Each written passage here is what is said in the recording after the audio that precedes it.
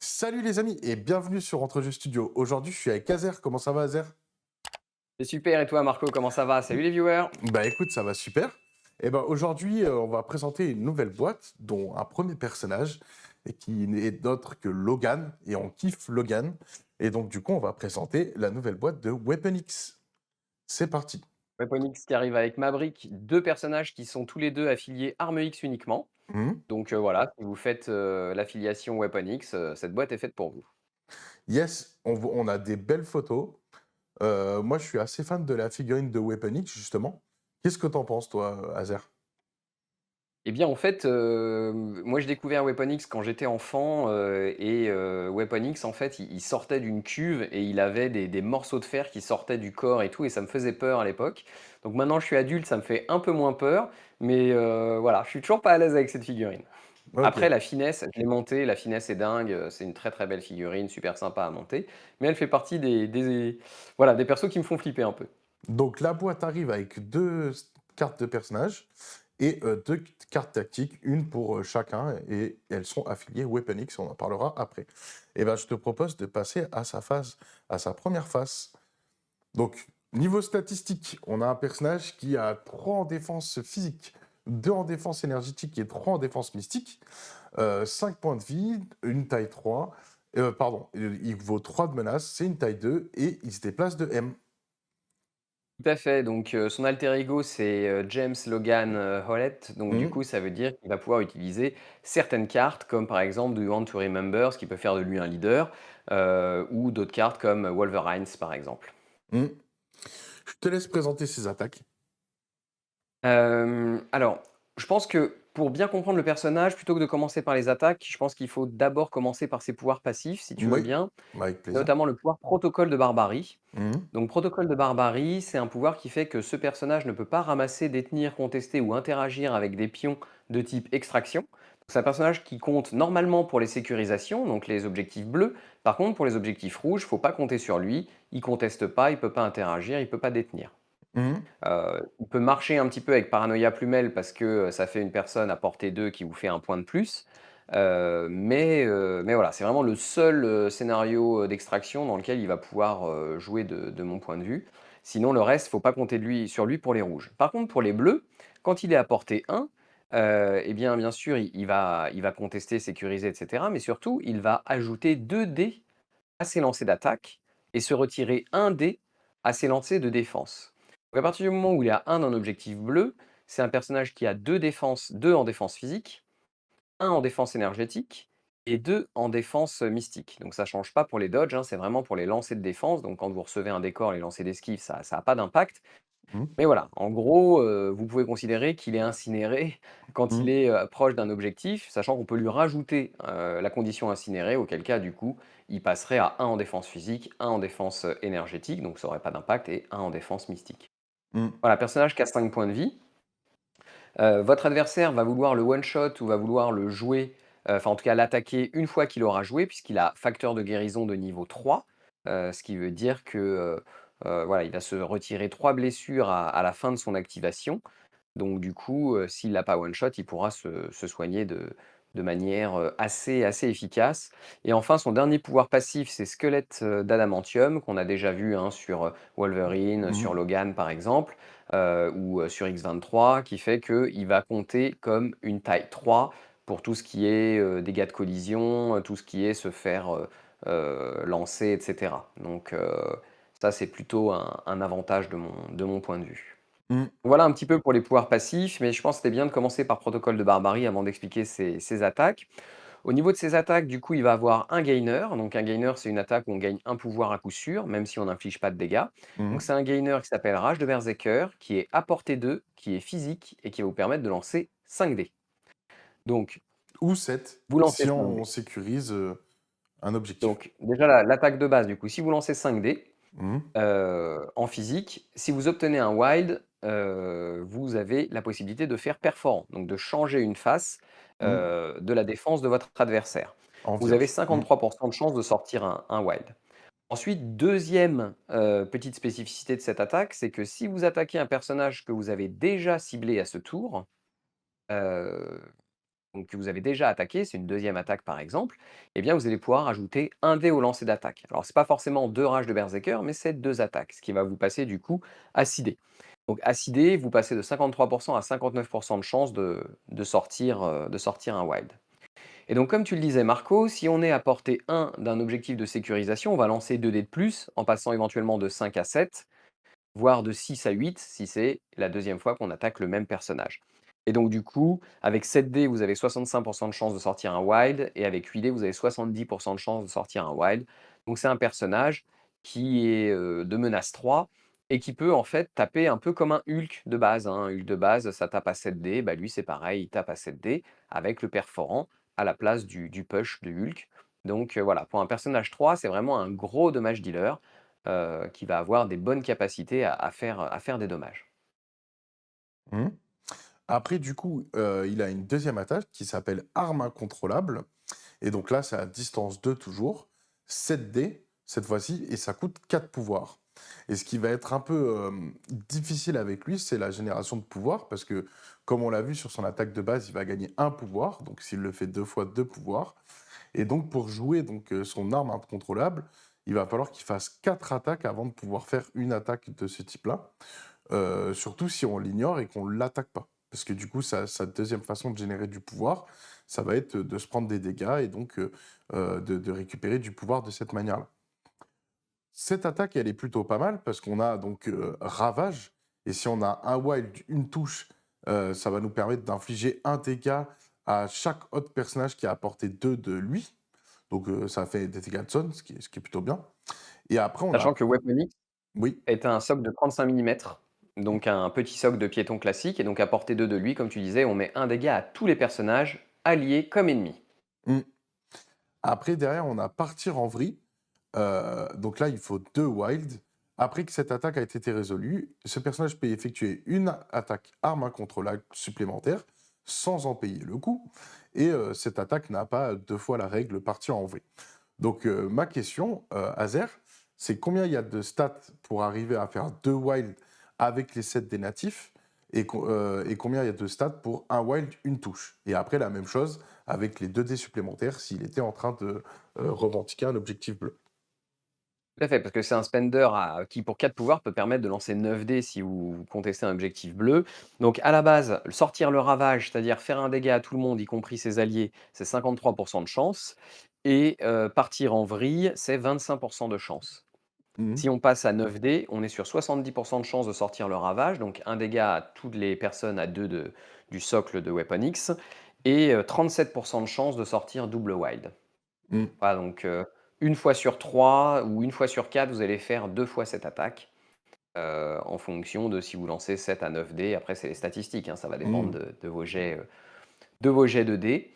Donc voilà, c'est vraiment de la pure poutre, hein. Il n'y a pas de contrôle, il n'y a pas de push, et cetera. Non, non, il n'y a rien à réfléchir, c'est des dommages bruts en quantité, toujours plus de dés à lancer éventuellement, et la capacité du coup de mettre des chips dommages autour. Par contre, attention, si jamais vous avez des personnages alliés à portée de Wolverine, eux aussi prennent des dégâts, et ils gagneront pas de pouvoir parce que c'est un effet allié. Voilà, donc ça c'est une chose à prendre en compte pour vous. Mhm. Pour d'autres pouvoirs, il a un pouvoir qui est un pouvoir actif, qui est un pouvoir de charge. Donc c'est un personnage qui fait un mouvement de M avec un socle piéton, hein.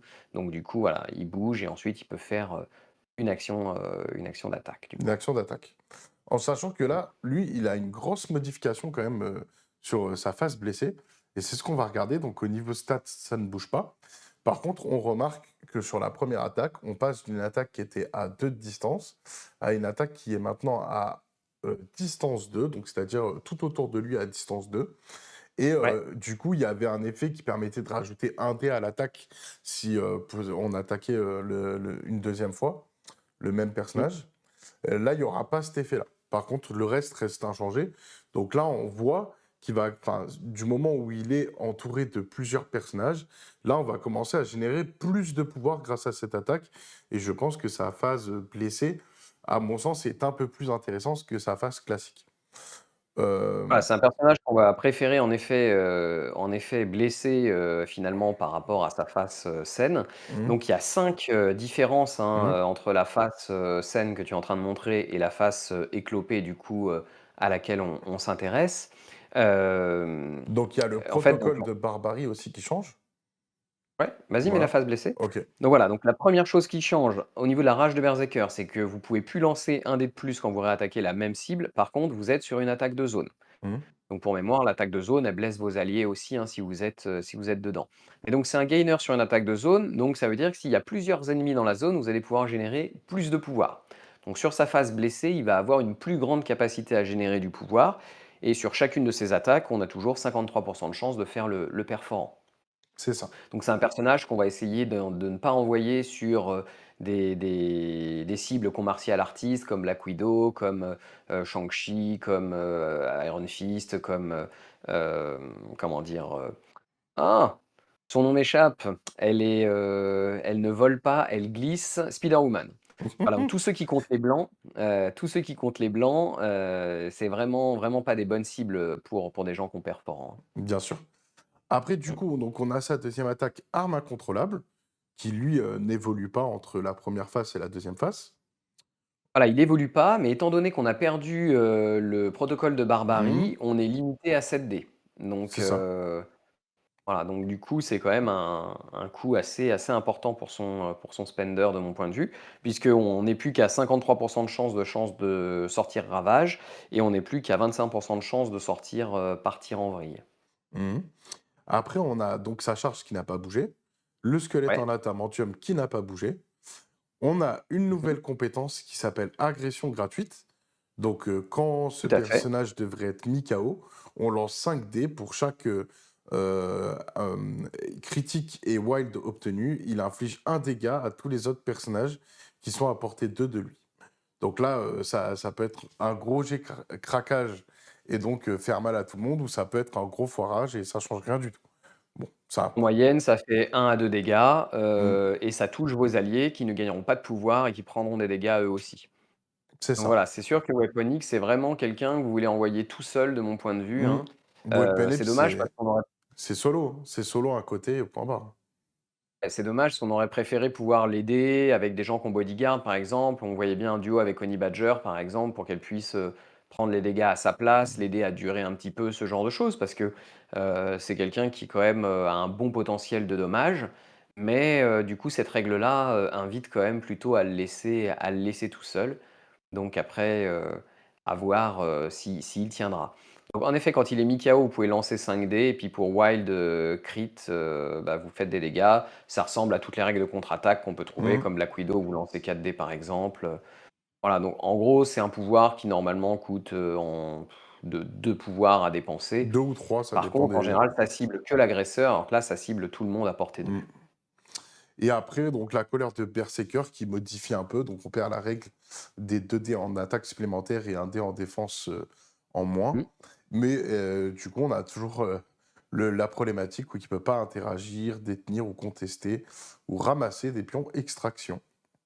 Voilà, il compte toujours pas pour les rouges. Par contre, il va être plus «solide» entre guillemets, parce qu'il perd pas son dé quand il est à 1 d'un objectif bleu et il va être, moins, efficace, en attaque quand il est à 1 d'un objectif bleu. C'est ça. Est-ce que tu as autre chose à rajouter sur la carte de personnage? Bah, globalement, c'est bien qu'il ait quand même une charge parce que du coup, ça lui permet d'être, un peu plus efficace. La génération de pouvoir pour lui peut sembler difficile, mais si vous ne le jouez pas sur des pay to flip, comme de toute façon il ramassera jamais d'extract, dès le deuxième tour, il aura ses 2 pouvoirs a priori, même si votre adversaire l'attaque pas, ce qui lui permettra d'être, voilà, une menace, un petit peu mobile. Du coup, je propose qu'on passe à sa carte tactique, donc qui s'appelle Implanted Memories en anglais, en français Souvenir implanté. Du coup, on a décidé de présenter cette carte avec Weapon X parce que c'est lui qui est représenté sur l'artwork de la carte. En revanche, ça peut être joué par n'importe quel personnage Weapon X. Donc cette carte, elle nous dit quoi? Quand un personnage Weapon X allié subit des dégâts d'un effet ennemi, il peut dépenser 2 pouvoirs pour jouer cette carte. Si le personnage ennemi qui a causé cet effet est à portée 3 de lui. Donc c'est une carte réactive et ça va nous permettre de lancer 4 dés et l'ennemi va prendre autant de pouvoir autant de dégâts que de critiques, wild et touches obtenues. Et nous, de notre côté, si on obtient du crâne dans ce lancer de dés, on va subir un dégât et un pouvoir. Donc ça peut être un double tranchant. Qu'est-ce que tu en penses, toi, Azer? Eh ben, c'est une carte, qui est intéressante parce qu'elle est pas jouée c'est une contre-attaque qui peut se faire apporter 3, qui est pas uniquement sur une attaque, hein. Ça peut être, par exemple, suite à une collision que vous avez subie ou ce genre de choses, puisque c'est un effet ennemi. Donc, c'est en elle-même, la carte est intéressante. Par contre, dans une affiliation, on utilise déjà une carte tactique pour avoir un leader, hein, d'où, Mhm. «Are you sure to do you want to remember?» ou quelque chose comme ça. C'est cher payé, je trouve. Je suis pas sûr qu'elle trouve sa place dans les rosters. Mhm. Après, moi, je pense qu'elle peut être situationnelle, dans le sens où, si par exemple la personne lui reste plus qu'un dégât et que tu es pendant le tour de l'adversaire et qu'il t'a utilisé par exemple un super pouvoir, et ben avec ce type de carte, tu pourrais en fait lui mettre son dernier dégât s'il fait pas attention à ce genre de choses, et donc ben, lui arrêter son activation en totalité. Et ça peut être vraiment super intéressant, à mon sens. Mais ça reste très situationnel. Voilà, tu peux aussi prendre le dernier dégât qui te manquait et te faire daze toi-même et Et te lâcher ton crever. objectif, et cetera, quoi, hein, donc Exactement. Et ben c'est une écoute, carte crâne, hein. ouais, non, c'est une carte qui est un peu complexe, je le reconnais. Alors, bah, du coup, c'est ce qui termine un peu la présentation de Weapon X, et je propose qu'on passe à la petite notation. Donc, le premier aspect de la notation, c'est donc la figurine. Qu'est-ce que tu penses de cette figurine? Alors je l'ai montée ce matin, c'est intéressant parce qu'en fait, il faut lui mettre un socle sous son socle. Du coup, elle est un peu surélevée par rapport aux autres. Elle a un double socle, elle a un socle de neige assez fin et ça se met sur un socle classique. Moi, Exactement. j'ai dû, faire un petit coup de Dremel pour que ça rentre bien, le socle classique en dessous. Mais voilà, globalement, du coup, je lui mets le point. Elle est très fine, très intéressante, très belle, j'aime beaucoup. La figurine est magnifique. Donc là, c'est un point sur 4, c'est une notation sur 4 points. Donc moi, je lui mets 4 points. Toi, tu lui mets le point, ça veut dire que tu lui mets le 4 4 points, points. Ok, nickel. 4 points, ouais. Après, on parle des cartes tactiques qu'il amène. La carte tactique donc qu'on a vue avec lui, qu'est-ce que tu en penses? Bah, moi, je lui mets pas de points, du coup, pour les cartes tactiques. Les cartes tactiques qu'elle amène, elle est rigolote, mais elle est pas très intéressante de mon point de vue. OK. Moi, je lui mettrais quand même, 2 points parce que ça a le mérite, d'être là, et l'artwork est quand même sympa, et comme je te dis, situationnellement, peut-être qu'elle pourra faire quelque chose. J'en sais rien, Voilà, à mais elle te voir. prend la place d'une autre carte qui aurait pu faire quelque chose en Effectivement, dehors d'une situation très situationnelle. je dis pas le contraire. Mmh. Au niveau de son profil, combien tu lui mets? Je vais lui mettre un point sur 4. Un point C'est sur 4. typiquement le genre de profil que j'aime pas, il y a aucun contrôle. C'est, comment dire? Du glass cannon, donc un canon de verre, c'est voilà, et en plus, c'est pas dingue, c'est du physique. Les défenses physiques sont quand même souvent assez élevées. Voilà, il y a quand même de gros risques à chaque fois de blesser des personnages alliés, donc je trouve pas le profil, très intéressant. Il vous empêche de jouer, donc Wolverine classique, et il vous empêche de jouer Logan, qui pour un point de plus, pour Mmh. moi, est un profil, beaucoup plus intéressant, beaucoup plus mobile, qui lui aussi a la même vocation que lui, hein, être un peu tout seul sur un flanc, et cetera. Voilà, si votre adversaire est intelligent, il peut vous le gérer hyper facilement. Si vous prenez une sécure avec lui, qu'il a plus qu'un dé jaune, les 5 points de vie, ça peut vite partir, soit en une activation, soit, il suffit de le taper une fois que lui, il a joué. Par contre, c'est un bon candidat pour la carte survival. C'est-à-dire que Mmh. quand il est éclopé, s'il a 3 pouvoirs, il peut payer survival, et du coup, il peut pas être, même si votre adversaire a la prio, il peut pas vous le tuer, à ce tour, et ça, c'est voilà, c'est intéressant du coup de pouvoir éventuellement faire un comeback avec lui. Mais voilà, votre adversaire, s'il est pas idiot, il mettra jamais, 10 personnes autour de lui. Donc du coup, voilà, je pense que c'est un personnage qui est intéressant, qui a le mérite d'exister. Après, dans Arme X, je vois pas à quel moment on le joue à la place de Logan classique, par exemple, ou même de Wolverine. Ça marche. Du coup, moi, je vais lui mettre 2, et c'est pas du tout objectif, c'est parce que la figurine est magnifique. Donc j'aime bien avoir des belles figurines sur la table. Donc juste pour cet aspect-là, je lui mets 2. Après, je reconnais Comme que la figurine est belle, tu lui mets 2 pour son profil? non, je lui mets 2 pour son profil parce que j'ai envie de le voir sur la table. Je trouve que son profil D'accord. est plutôt Donc tu lui mets intéressant. 6 points parce qu'elle est belle, quoi? Ouais, exactement, mais j'ai dit que c'était pas objectif. OK. Le profil, il est pas ouf, je vais le reconnaître, je suis d'accord avec toi. C'est une chips, il est ultra fragile de folie. En fait, c'est super facile à le maîtriser, quand tu le connais bien, ses règles.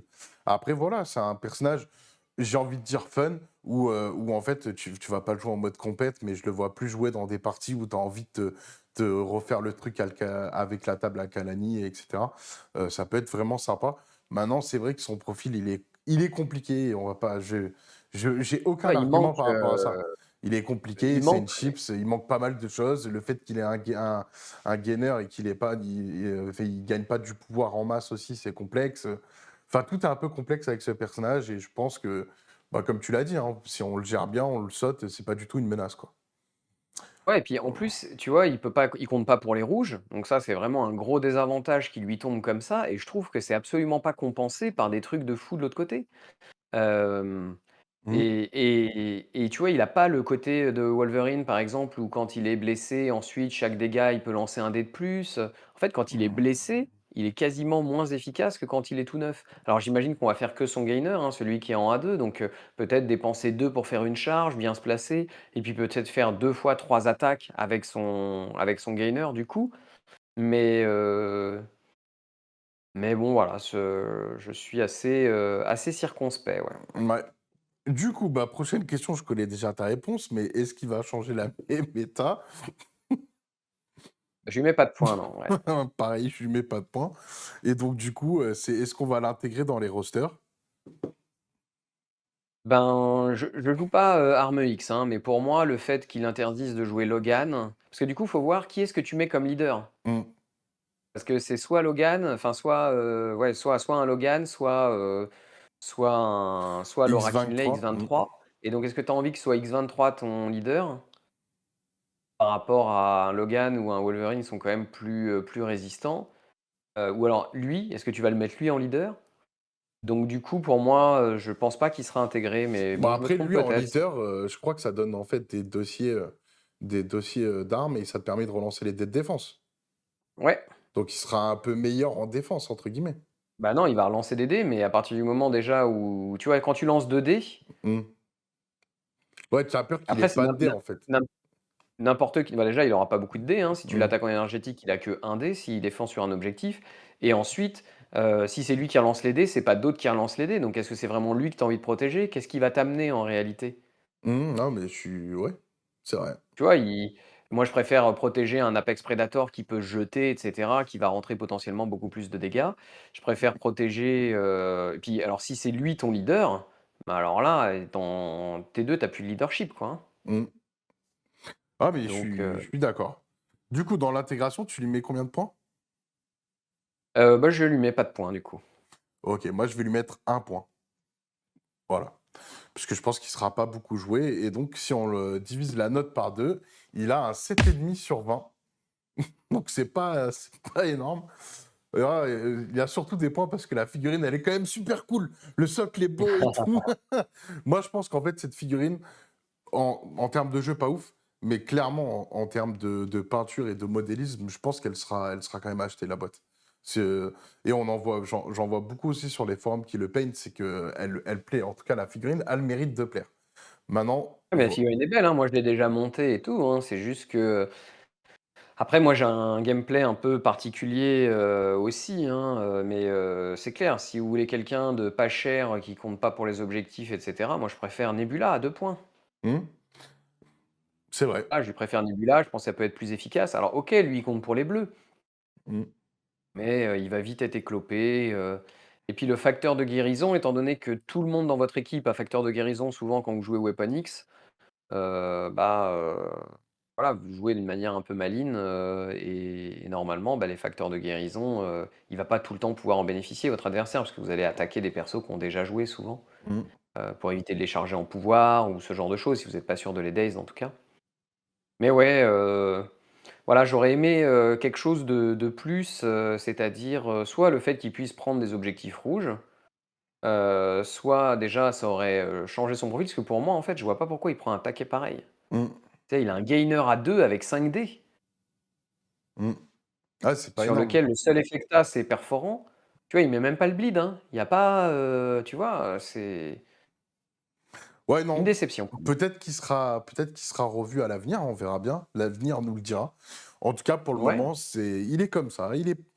Bon, on a compris qu'il était pas ouf. Ils étaient pas En dans tout cas, tes moi je favoris. le trouve pas ouf, mais après il y en a d'autres peut-être déjà moi je suis pas un joueur d'armes X, Mmh. hein, donc faut prendre ce que je dis avec des pincettes, et puis c'est qu'un avis personnel. Je suis sûr qu'il y en a qui vont le jouer et faire des trucs, de fou avec, Et mais la difficulté encore une fois pour moi, c'est que ça t'interdit Logan et Logan c'est un excellent profil. Quand il est tout seul, il a des relances et cetera, heu, Et bah, justement, c'est ce que je propose de faire, c'est que vous, qui regardez la vidéo, n'hésitez pas à commenter la vidéo en nous disant ce que vous en pensez de Weapon X. Peut-être qu'il y a des choses qu'on n'a pas remarquées. Dans ces cas-là, on sera très content de pouvoir lire et peut-être de revoir notre avis à la hausse, selon, ce que vous nous dites.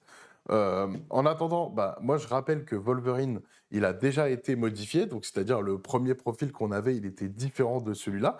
Donc qui sait? Peut-être que le gars qui crée les figurines chez Atomic Mass Game, il aime pas Wolverine, donc il les sac. Et après, il y a d'autres mecs qui arrivent en disant: «Ah ouais, mais non, mais en fait, il est quand même bien». Tu vois? Donc il ah modifie. le ouais après Logan a toujours été excellent, hein. Le 1er Logan? Non, il était pas le tout premier. Non Logan, Ah pas le pas Wolverine, OK, pas Logan. Wolverine, Logan, ouais. Et ben, du coup, bon, on verra si lui, va bénéficier comme son petit frère ou son grand frère, je sais pas comment on peut le dire, de la correction plus tard. Si vous voulez acheter la figurine, on vous rappelle que nous avons donc un partenaire qui s'appelle MaxiRev, sur lequel vous pouvez trouver cette boîte à 34,85 €. Et si vous venez de la part d'AJS, vous pourrez mettre un code promo AJS pour pouvoir cumuler le nombre d'achats en x2. Donc là, par exemple, ça coûte 34,85 €. Bah, ça vous cumulera 34,85 € x2 et ça vous permettra de débloquer des paliers. Et enfin, il y a 3 paliers et quand vous allez passer au palier supérieur, ça vous donnera des promos supplémentaires. Normalement, ça devrait être bon à partir de 2025. Voilà. Donc nous, les amis, on se laisse là. C'est fini pour nous et on se dit à très bientôt. Ciao, ciao. Bye bye.